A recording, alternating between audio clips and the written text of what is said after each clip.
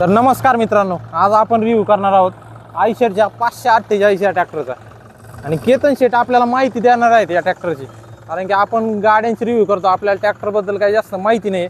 तर केतन शेठ आपल्या सोबत आहेत, तर ते आपल्याला माहिती देणार आहेत या ट्रॅक्टरची।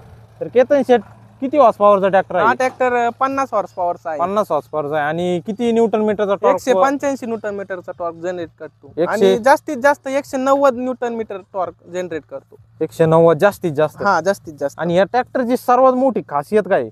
या ट्रॅक्टरला म्हणजे ॲव्हरेज खूप आहे, नाही का? ॲव्हरेज जास्त आहे, रोटर यासाठी ॲव्हरेज, म्हणजे घरगुती शेतीसाठी हे ट्रॅक्टर सर्वोत्तम आहे असं। सर्वोत्तम आहे। आणि मी असं ऐकलं होतं या ट्रॅक्टर मध्ये एअर कूल इंजिन येतं, त्याच्याबद्दल आम्हाला थोडंसं काहीतरी सांगा। एअर कूल इंजिन म्हणजे नाही का, वॉटर कूल जे असतात ना, त्याला वॉटर कूलंट ते टाकावं लागतात। हे का एअर कूल आहे, म्हणजे 3 पंखे आहेत इकडून। आपल्या ज्या टू व्हीलर असतात, म्हणजे 125 सीसी मध्ये टू व्हीलर असतात, एअर कूल तसं आहे का काही? हा, तसं हे बघा, इकडून पंखे आहेत याला 3। हा, हे एअर कूलचे पंखे आहेत। ओके। यामुळे ट्रॅक्टर गरम नाही होत, नाही का? इथून एअर आतमध्ये घेतो। हा, तुम्ही दिवसभर जरी ट्रॅक्टर चालू ठेवला तरी काही अडचण नाही। रोटरला दिवसभर जरी चालवलं तर हे 3 एअर कूलर सिस्टीम आहे। आणि मी असं पण ऐकलं होतं की या ट्रॅक्टरचा आवाज जास्त आहे। आवाज थोडा आवाजाचा म्हणजे प्रॉब्लेम आहेच, पण आता काय करणार, कंपनी आवाज म्हणजे कमी नाही करत आहे।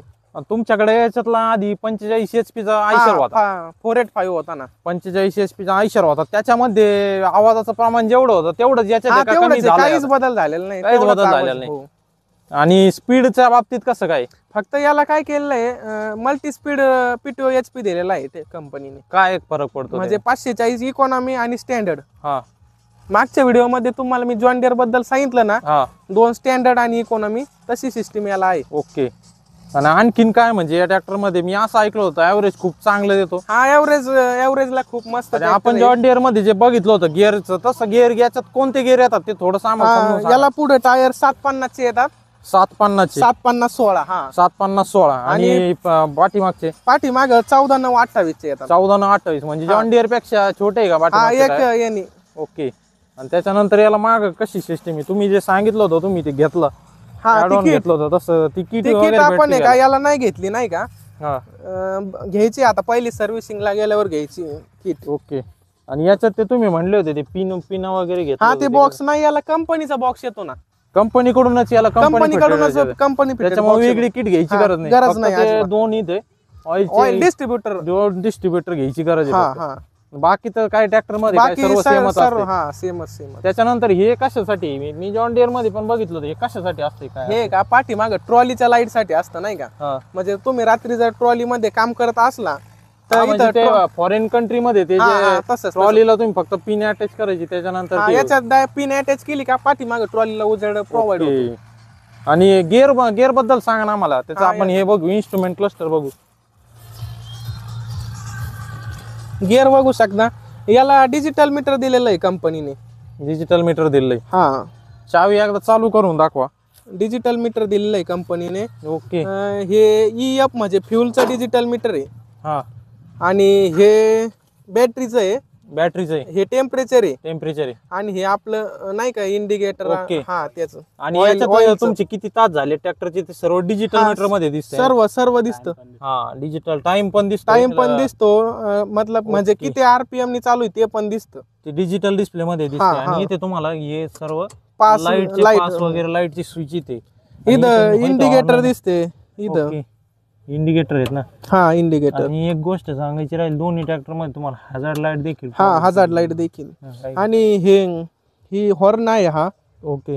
हा जो हॉर्न आहे, आणि त्याच्यावर आहे का हे डिजिटल मीटर मध्ये आपण सेटिंग म्हणजे टायमिंग बदलायचं आहे, ते डिजिटल मीटर मधला वगैरे आपण चेंज करू शकतो। त्याच्यानंतर गिअरचं समजून सांगा। गिअर मध्ये याला हायलो आहे। जॉन डियरला बघितलं आपण ABC आहे ना, तसं याला हायलो आहे। नॉर्मल ट्रॅक्टरला जे गिअर असतो, हा, नॉर्मल। आणि इकडं रिटर्न जॉन डियरला इकडल्या लिव्हर मध्ये येतो, पण तसं याला इकडच रिटर्न येतो। आणि 1 2 3 4 इकडं पण गिअर आहेत। ओके। आणि इकडं हे असंच आहे, सेम पोझिशन लिव्हर आणि ड्राफ्ट लिव्हर। आपण जॉन डियरला कसा अलीकडे एक खटका येतो बघा, ते याला कंपनी याला प्रोव्हाइड नाही करत।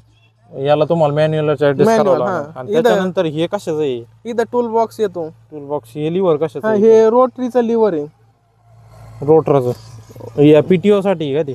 हा हे PTO साठी म्हणजे पाठी मागे घेतलं तर 540 आणि ओके. पुढे घेतलं तर 540 इकॉनॉमी म्हणजे 750 RPM 750 RPM नी चालवू शकतो. चालू शकतो. हो. त्याच्यानंतर पोझिशन वगैरे तर सर्व चांगलीच आहे ट्रॅक्टर. हा पोझिशन वगैरे एक नंबर आहे, काय विषय नाही. इथं हे चार्जर आहे.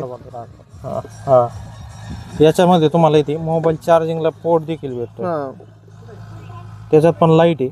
चार्जिंगला जॉन्डियरला इथे आहे, पण आणि याला याला- कंपनीने इथे प्रोव्हाइड केलं. ओके, इथे प्रोव्हाइड केलेलं आहे त्याला. हम्म. ओके, करा मग. बाकी असा रिव्ह्यू येतो वरून. चालू करून दाखवायचं का? चालू करून आवाज दाखव बरं. चालू करून आवाज दाखवतो.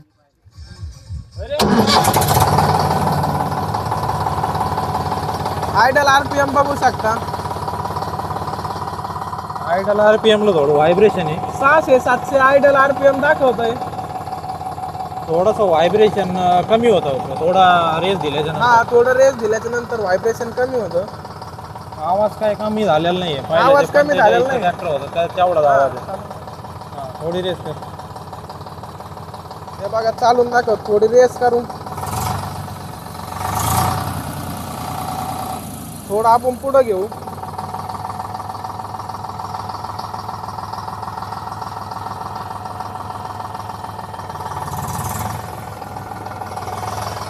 बघ टर्निंग रेडियस पण खूप आहे. टर्निंग रेडियस पण जास्त आहे का याच्यापेक्षा, जॉन डियर पेक्षा? नाही त्याचा आणि आता सेमच आहे टर्निंग रेडियस. ओके, बघू शकता. बरोबर.